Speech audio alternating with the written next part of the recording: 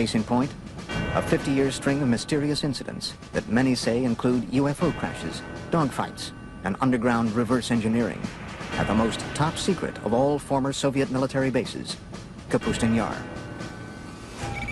Some even say that this base was the site of a mysterious incident that took place in 1948. A spectacular UFO crash landing. It's 1948, suddenly a cylinder appears over Russia's most sensitive airbase. There's no question that Joe Stalin was interested in crash saucers, was interested in alien technology. There's nothing in which I just believe. In this case, I know that UFOs visited Kapustin Yar. Kapustin Yar was at the top of the list of facilities the U.S. was monitoring in Russia. Go behind the barbed wire at Kapustin Yar as we reveal for the first time the detailed classified accounts of this reported UFO crash. Did the research following this incident help the Soviets win the space race? I'm sure the Russians have done their darnest to reverse engineer anything they can get their hands on, whether it's American or German or alien. From never-before-seen reconnaissance footage of this secretive base, This U-2 imagery of Kapustin Yar is the first time anyone outside the CIA or the intelligence communities looked at it. to an exclusive look deep underground into Kapustin Yar's UFO Research Center. They buried the most secret facilities within the base that was secret within the base. The incident that took place at Kapustin Yar in 1948 remains a Soviet-era enigma, a seminal event that UFO researchers still call Russia's Roswell.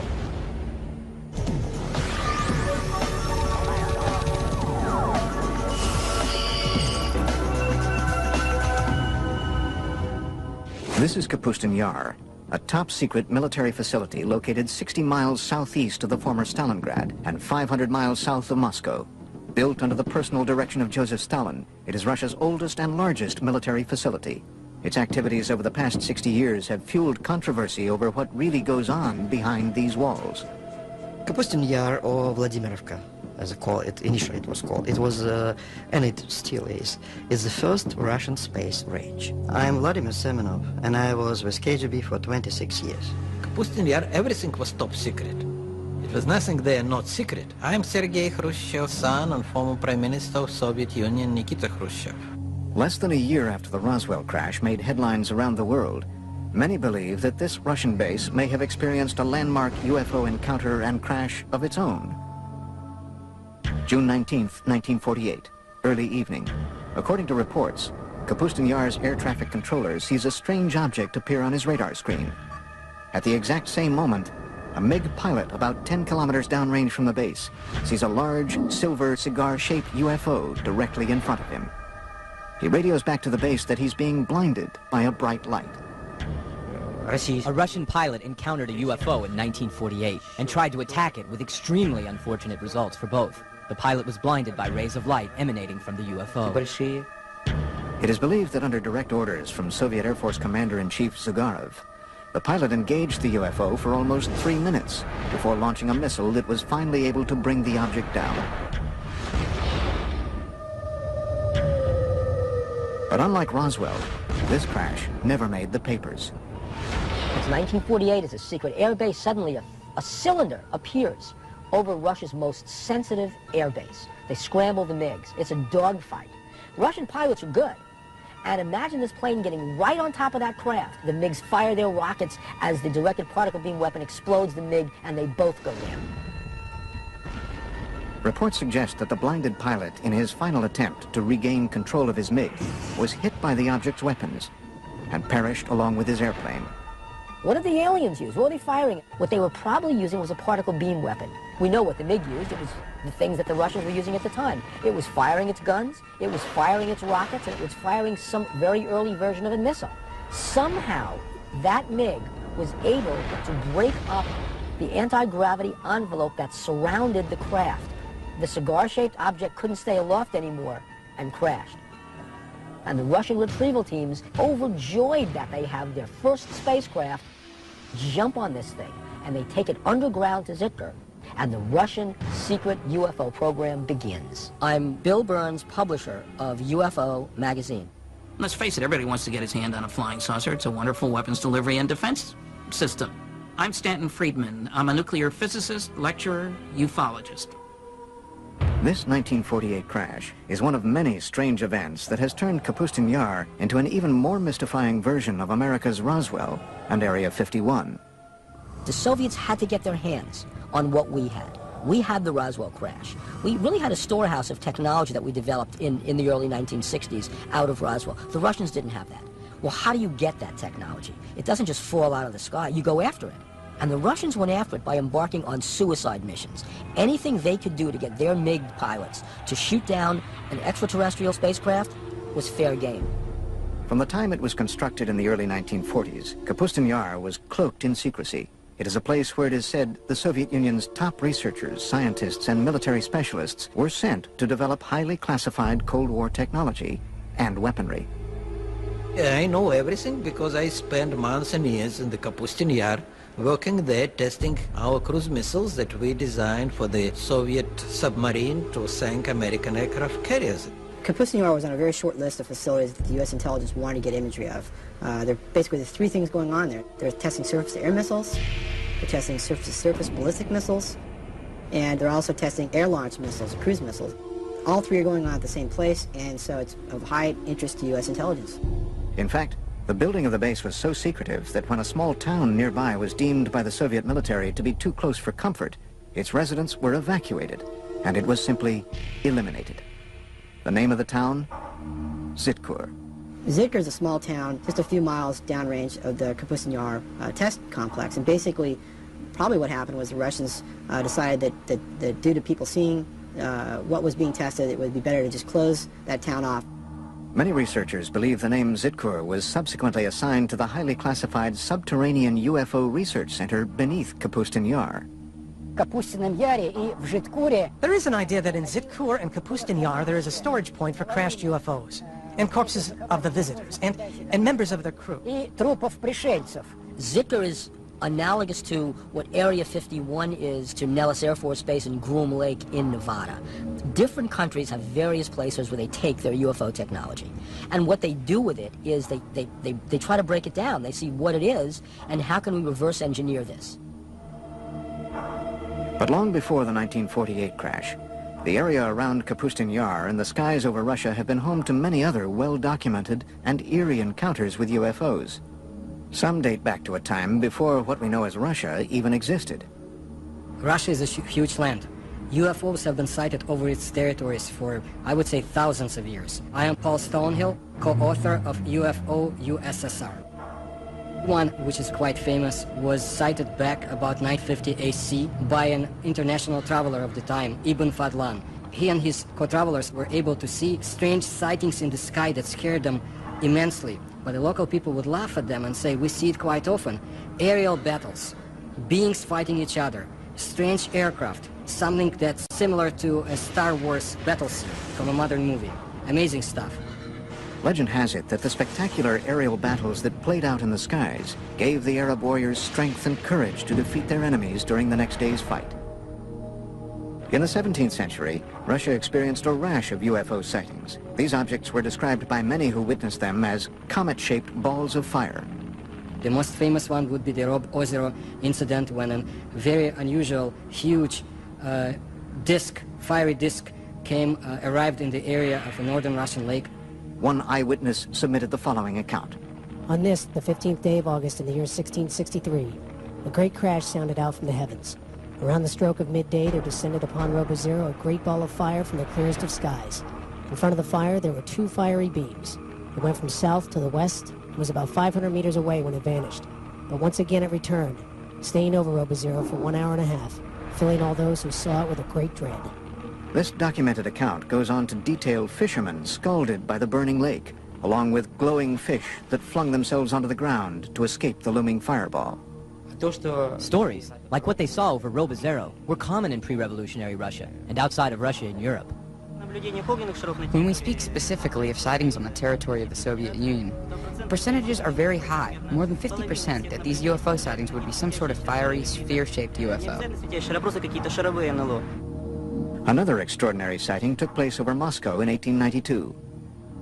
An eyewitness report was later published in the March 17, 1892 edition of the Russian newspaper Svet. The pillar of light was pointed straight down to the Earth, forming a cone-shaped bundle of rays in the color of ordinary flames. The brightness was considerable and can sometimes be compared to the brightness of an electrical street lamp. The point from which the rays originated didn't move during the whole time, and the rays were visible for 20 to 25 minutes. While enormous fireballs have been sighted over Russia for centuries, there have been none bigger or more devastating than the event that leveled the Siberian forest of Tunguska in 1908. And of course it was one of the theories which have to appear that it was not a comet, it was not meteorite, that in reality it was a spacecraft. Coming up, did a UFO explode over Tunguska? It is believed that not one but two objects collided over the Tunguska in 1908, equal to many Hiroshimas.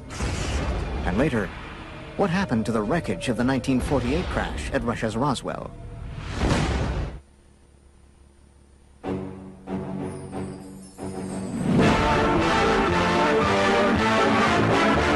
Hurtling through the solar system, a speck of cosmic dust strikes the Earth.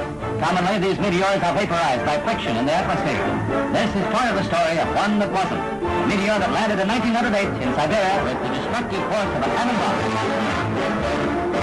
June 30th, 1908, approximately 7 a.m. The tranquil forest of Tunguska, Siberia, was rocked by a deafening, earth-shattering explosion. The explosion packed the power of a 40-megaton hydrogen bomb. Large trees snapped like tiny twigs as the explosion decimated the dense forest. The effects of the blast were felt as far away as Western Europe and were at first believed to have been caused by a giant meteor smashing into Earth. My own personal conclusion is that that was Mother Nature, showing off, if you will, but that there was no intelligence behind what happened there. It wasn't a rocket, it wasn't a bomb sent to let us know that aliens are watching you, Earthlings. Literally a catastrophe from outer space. Yet UFO researchers say if this devastating explosion was the result of a meteor, why were there no craters found in or around Tunguska? It is something scientists to this day have had trouble explaining. This was, let's call it an explosion, although some people call it an implosion. Whole kilometers of the taiga forest were destroyed. The event itself caused changes in the magnetic field of our planet. The academic establishment is of the opinion that the Tunguska event was simply a meteor, but there are many facts that speak to the idea that it was, on the contrary, rational guided flight. It made a turn, which is something that a natural object or meteor could not have done. What was it that could have done that level of devastation and not leave a crater? Modern-day UFO researchers were not the first to suspect that the Tunguska event was the work of something other than a meteor. Reports suggest that Stalin believed the Tunguska blast was the result of a UFO that had launched some sort of experimental weapon. Stalin was interested in the acquired information to determine whether UFOs presented an immediate threat to the Soviet security. That's why he used some of his top scientists to give him an assessment. Scientists like Korolev studied UFO materials. Sergei Korolev, one of the Soviet Union's most celebrated scientists, would go on to become the father of the Russian space program and the man responsible for Sputnik. Along with Stalin, he was determined to solve the mystery of Tunguska. These observations prompted him to finance an expedition to the place where the Tunguska event happened. Sergei Korolev used his own money to send an expedition to the Tunguska area in helicopters. Korolev never met with Stalin. There were some researchers who was looking to prove that Korolev really met with Stalin, but they didn't find any record. Stalin presumed it really could have been a spaceship. He wanted to find the fragments of that ship, put it back together, and recreate the object for military purposes. Initially, Korolev found that many of the physical scars left behind at Tunguska were still visible. But the most shocking discovery came in the form of radioactive metallic fragments found at the site. Debris uncharacteristic of any asteroid or meteor. If you go along the flight path of the Tunguska object and continue past the crash site, you reach an area that Russian ufologists call the Devil's Graveyard. It's a 300 square meter area where not a single plant grows and animals die. It also has a higher than normal radioactivity level. This is a result of what might possibly be a radioactive metallic fragment from the crash. The radiation levels were there. I mean, meteors don't come down with that level of radiation. So one of the stories is it was a mothership that detonated. It is believed that Korolev privately told Stalin that the incident at Tunguska had indeed been caused by a UFO, fragments of which were still scattered around the area. However, in his top-secret official report, Korolev is said to have told a much different story. The official party line, Tunguska, was the result of a giant meteor. The whole point was, if the information serves the bureaucracy, good. If it doesn't exist. So where were the radioactive fragments from Tunguska taken? Some believe the evidence was transported to Kapustin Yar's underground base, Zitkur. Different countries have various places where they take their UFO technology. Well, the Soviets basically had one at Zitkur, and it was where they could try to figure out what the technology is and how do we use it. And of course, the security around those bases is essentially shoot-to-kill security. Was Stalin's team of scientists inside the underground lab of Zitkur using UFO wreckage to advance their fledgling missile defense and space programs? They had a couple of people, men, at the top of their program who really pushed the space program. I'm Frank Kulik at Caltech. The head of the space program had direct connection to Stalin and later Khrushchev. In their quest to acquire UFO technology to beat the Americans in the space race, it has been reported that top Soviet military officials ordered MiG pilots to shoot down UFOs as far back as World War II, a time just before the Russian Roswell crash of 1948. So that gives you a two-pronged concern about UFOs. One, you want the new technology to top the other guy's flying technology. And two, we need to be on the alert for new stuff from them. So either way, you want your guys to shoot them down. As the word spread that UFO wreckage from Tunguska and the 1948 incident were being studied at Zitkur, Russia's Cold War enemies were becoming more and more intrigued by what might be going on above and below the top-secret military base. The CIA had agents in the Soviet Union back in 1950s who had reported on UFOs, and the CIA was very much interested in what was happening in the Soviet Union. Coming up, shocking, never-before-seen U-2 reconnaissance photos of Kapustin Yar. And later, an underground tour of Zitkur, revealing for the first time ever the base within the base at the center of Russia's Roswell. In the early stages of the Cold War, the Soviet military test site of Kapustin Yar became a hotbed of secret activity that involved advanced weapon, missile, and rocket tests. So after World War II and the development of the atomic bomb, they were not able to build small atomic weapons. So they had to build big rockets to carry them. Unlike the U.S., I mean, we still had fairly sizable rockets, but we could miniaturize things to a certain extent, much better than they could. So from the very beginning, they envisioned large rockets, and that really gave them a start on the space program as well. The Russians had one of the scariest pieces of paper I've seen at one of the 20 archives I've been to, said that the Russians have made more progress in the past 18 months in the development of nuclear weapons and methods for delivering them than had been anticipated for 5 years. That was in 1951. By the early 1950s, rumors of UFO activity and experiments at Kapustin Yar had indeed leaked beyond Soviet borders. Alarming news that some say may have prompted the U.S. to find out once and for all if the Soviets had gotten their hands on UFO technology. Kapustin Yar and Zitkur were at the top of our military watch in the same way that Area 51 and Wright-Patterson Air Force Base and Los Alamos were at the top of their military watch. Tim Brown is a senior analyst at globalsecurity.org. His specialty? Interpretation of top-secret satellite and spy imagery for both private and governmental agencies. Kapustin Yar was in the top 10% of facilities that the U.S. intelligence was monitoring in Russia, and that's evidenced by just the sheer volume of declassified documents that are available that show that there was a consistent, ongoing interest in what was going on at that facility. Not long after the United States had developed its most sophisticated spying machine to date, the U-2 spy plane, the first mission was to, where else? Kapustin Yar. This is probably the first time anyone outside of the CIA or the intelligence community has looked at this, the U-2 imagery of Kapustin Yar. These never-before-seen U-2 reconnaissance photos provide a detailed look into this covert military base. Looking at all the imagery that we put together for this project, one of the things you notice is different activity at the different test sites at different times. The Russians not only tested missiles here, they also trained their missile troops there. So there's missile drills and there's test preparations and test launches going on at this facility all the time. According to a December 1st, 1960 joint Army, Navy, and CIA intelligence brief, Kapustin Yar is a 1,400-square-mile military test complex described as a place of intense interest to the intelligence community. It contained at the time at least 4 ballistic launch complexes, 14 launch pads, a precision tracking radar facility, 3 3,500-foot runways, and numerous strange and unidentified areas. But what U-2 reconnaissance couldn't reveal can now be seen for the very first time in this exclusive underground tour of what could be the nerve center of all Soviet UFO activity, Zitkur. Based on reports and drawings from Russian UFO expert Anton Anfilov, seen in the West for the first time, this rendering is what might possibly be the first glimpse ever of this secret cryptic facility a quarter mile below Kapustin Yar.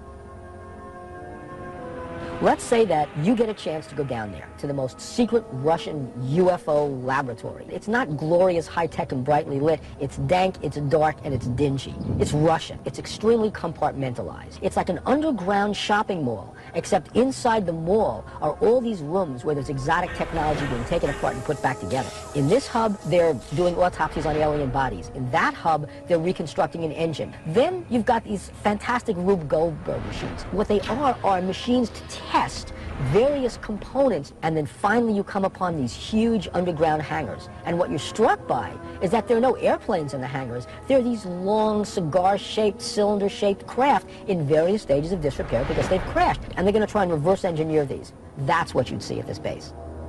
Is this the secret location where the wreckage from the 1948 Russian Roswell crash was taken, along with fragments from the Tunguska UFO? I cannot deny rumors of the so-called captured UFOs. The Soviets tried to recover lost fragments of their secret tests, and it would be convenient to them to say, yes, UFOs is something that we captured, a UFO is in our hands, but why would they keep the secrecy on the subject of UFOs so tight? And did this heavily guarded experimental facility specialize in reverse engineering designed to destroy the United States? If Kapustin Yar is where you're doing your advanced development work, rocketry, aircraft, weaponry, laser weapons, all this kind of stuff, where you need high security and a good setting for your scientists and major computer facilities, then you'd expect that that's where they'd be doing their UFO, advanced UFO research. Not UFOs 101, UFOs 404. It's just natural to do that. And of course you'd have underground bases, you'd have protection against intruding aircraft, you'd be looking out for the U-2s. Another mysterious aspect of Kapustin Yar are the many strange patterns on the ground. Did Stalin and Korolev strategically arrange these patterns to attract UFOs to the base? Some researchers believe the Russians may have borrowed this idea from ancient civilizations, whose pyramids are said to have been constructed in geometric shapes and patterns designed to attract inhabitants from other worlds. Looking at Kapustin Yar from there, there's a lot of facilities, markings, patterns that might, to the untrained eye, look like they're from another planet or not of this Earth. They might look like something that you'd see in South America with the Mayan cultures or maybe crop circles. Between the reported UFO crashes and the ultra-top-secret research, how did the Soviets flaunt their advances at Kapustin Yar? Now there was a new date for Russian youngsters to remember. October 4, 1957, when Sputnik, the first Earth satellite, was launched. October 4th, 1957. The Soviet Union's space program successfully launches the world's first artificial satellite into orbit. In the history of the Earth, no other event had captured the imagination of so many people as this first step into space. 4 years later, the Russians once again beat the Americans by launching Yuri Gagarin into space in the first manned flight to orbit the Earth. 2 feats that put the Soviet Union way out in front in the ultra-competitive space race. We are the first, and all next steps in space for, I would say, for nearly 10 years, Soviets was ahead of the United States. First man into space, first woman into space, first walk into space, first rendezvous in space, first document space, and so on and so forth, until 1981 when the shuttle was launched. I'm sure the Russians have done their darnest to reverse engineer anything they can get their hands on, whether it's American or German or alien. Coming up, relive what many believe to be a spectacular UFO crash at the actual site in a village near Kapustin Yar. I don't recommend that we stay here any longer. It's already harmful. Let's leave here and go to some place where no unknown forces can act upon us and influence us. and find out exactly what the KGB knew about dogfights between MiGs and UFOs at Kapustin Yar as we open the mysterious KGB Blue file. Russia's foremost authority on UFOs is a man so legendary and popular around the country that he is known only by his last name, Azhaja. On this spot of the UFO landing, an American group is filming for the first time.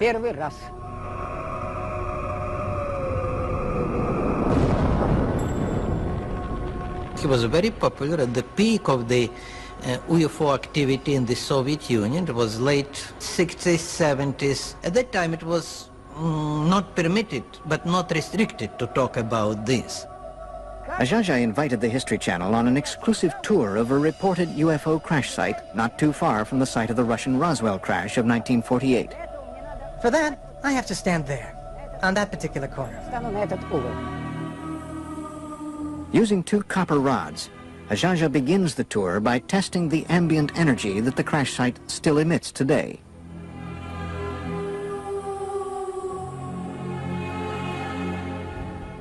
What? There it is, a negative sign right there.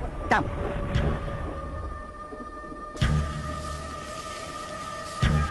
Вот туда. Down there, that way. So here, in this spot, occurred the crash landing of a flying saucer. First, I'm going to go directly across. Then I'll go perpendicularly. Then I'll go by the diagonals. This is where the boundary begins. All right, I'm going towards the center. In the center, we see a lot of plant growth and compact. And what's most important is that here, it shows a positive signal. Now we are going towards the border. Now they're showing neutral. And here, here's the other part of the border. Right from here to over there. Now I'm going away from the center, toward the other side.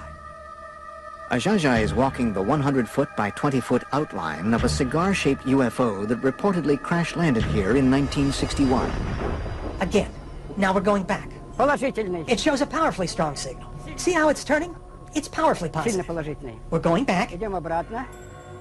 Negative. There it is, see? Here's where the border is. We got 1 point over there, another point over there. 3 point and 4 point.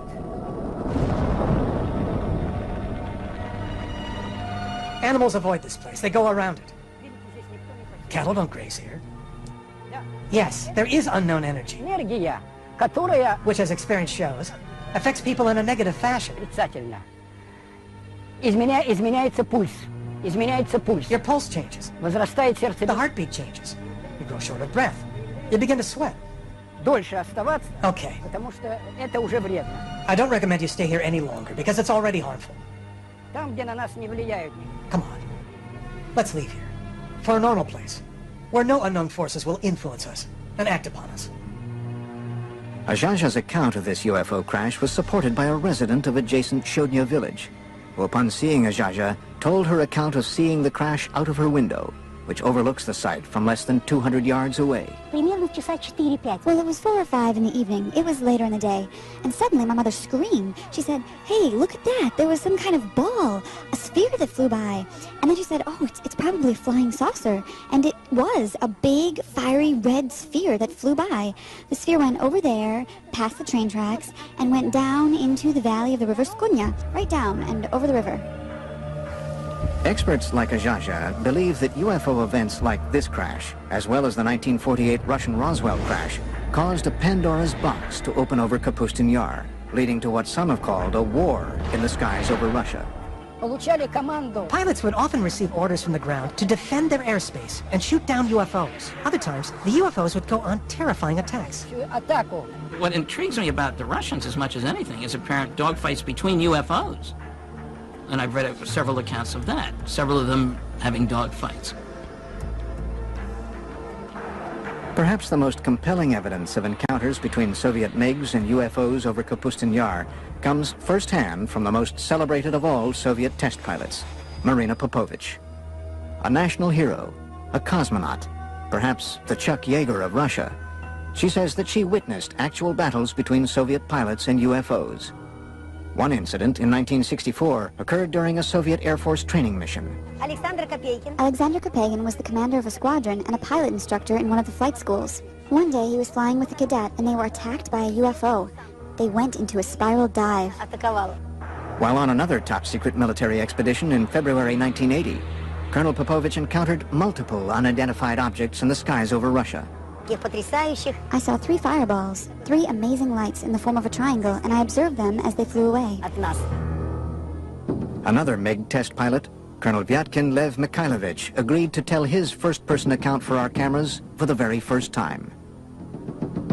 August 7th, 1967, 6:30 in the evening. Colonel Mikhailovich reports that his MiG was momentarily captured in midair by a UFO. When I was making the aerial move to the left, suddenly from above I saw a light. This big disc began to slowly light up, and I just had time to quickly tilt the plane, but the wing hit the ray of light. The plane shook and the gauges and instruments began to move from right to left, right to left. It is as though the ray of light dissolved into shining little points of light. Imagine my surprise when my technician named Mikhail said, "Lev Mikhailovich, the wing of the airplane is glowing." As it turns out, for a whole week in the hangar, the left wing was glowing with a white light. They washed the wing with kerosene, and soon after that, the glowing ended. Fortunately, Colonel Mikhailovich's encounter with a UFO over the skies of Kapustin Yar in the 1960s did not end as dreadfully as the famous 1948 encounter in the same skies. No, I wasn't scared. I was just puzzled. I was particularly stunned that the ray of light turned out to be hard, because I felt the impact. As UFO reports continued to stream into the Soviet government from both civilians and military officials, the KGB was busy covering up the reports, silencing those who made them, and clamping down on the press. But all the while, the spy agency was creating an official report on UFO activity in the USSR called the KGB Blue File. Americans will never understand this, you know, because you have to be inside KGB to know the power KGB had. And during Stalin time, KGB was unbelievably powerful. Written and researched over the 20-year span between the mid-60s and the mid-80s, the KGB Blue File was one of the most extensive official explorations of UFOs ever commissioned by any governmental agency anywhere. The KGB Blue File is a 124-page collection of documents released in 1990. I believe this is not everything the KGB has had in their hands, and I'm not the only one. The Blue File compiled thousands of reports of UFO sightings, dogfights, and crashes, all of which were described in vivid detail. According to the Blue File, as recently as March 21st, 1990, the residents of a dozen Russian towns not too far from the gates of Kapustin Yar all witnessed the exact same UFO sighting between 10 and 11:30 p.m. The following is from the written account of a KGB internal affairs officer. After obtaining more exact information, it was established that a rather large number of residents in nearby cities became eyewitnesses of a UFO, and in several cases, 2 UFOs. One witness saw a ray of light emitted from the object that illuminated the Earth's surface. If there are so many rumors and talks about UFOs, sooner or later government will ask its intelligence. What's going on, guys? Explain us. And KGB had to create this file with all the publications abroad and some witnesses who saw or thought that they saw it. Is it possible that this 1990 incident could have been a simple military test sent up from the grounds at Kapustin Yar? Or was it yet another incident involving UFOs? Coming up, shown for the first time outside of Russia, exclusive footage of what might be the only recorded evidence of a fireball UFO crash. If the Soviet Union had not imploded under its own weight in the early 1990s, the chilling accounts you've just seen of close encounters of the first kind in and around Kapustin Yar would have remained yet another Soviet-era secret. It's different, because the time is different. You know, if you're talking with elder generation, yes, of course, no question about this. But nowadays, absolutely different. You know, younger generation now, they are living in another society, and they have much more freedom. This new freedom in Russia helped the producers of this program acquire, through official channels, this Soviet military footage you are about to see. Throughout the 50s and 60s, the Soviet military experienced a string of failed rocket launches and missile tests that resulted in one disaster after another at the base. Were these simply accidents or retaliatory attacks by UFOs?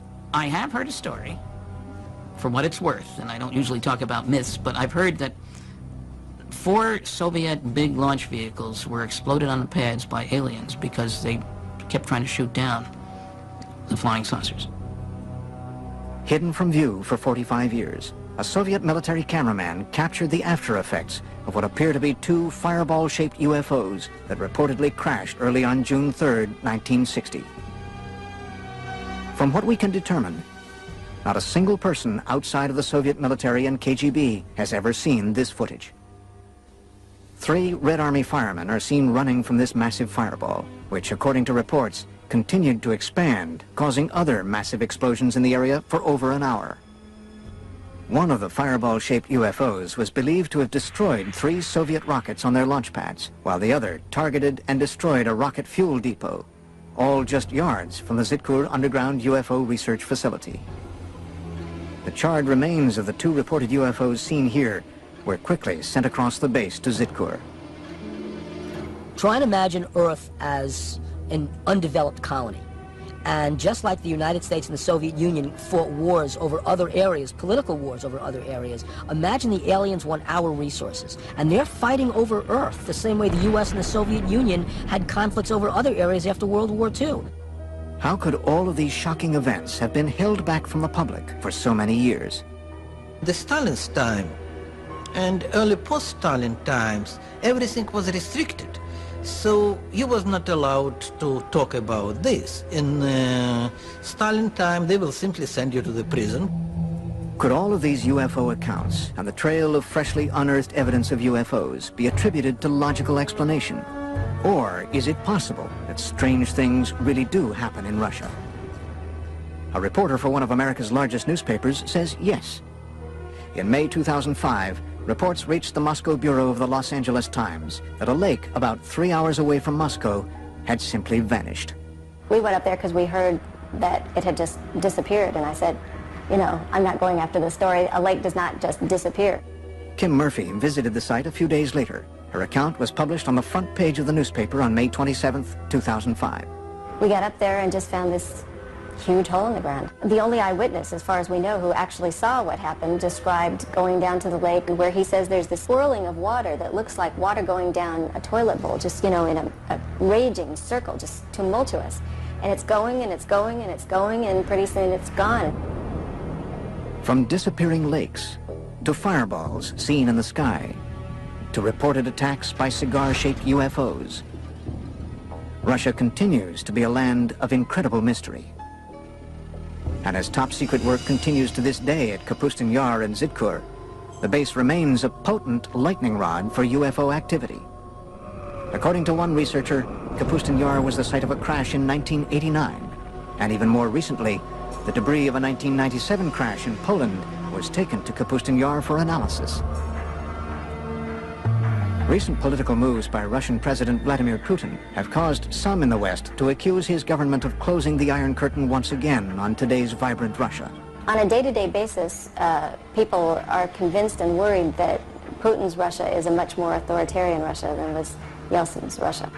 They do know that UFO information is not available from Russia as easily as it had been before.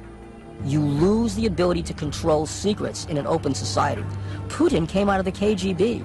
He's seeing a lot of valuable information and valuable technology go to private sources. The Soviet Union is closing down in a lot of areas, but also closing down in UFOs. It might be even longer until the curtain is pulled back on the secret underground laboratories and lairs of this legendary Area 51 of Russia.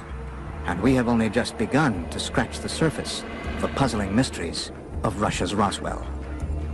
Extraordinary claims require extraordinary evidence. Seeing is believing. It's a 1,000,001 chance, but it's happened.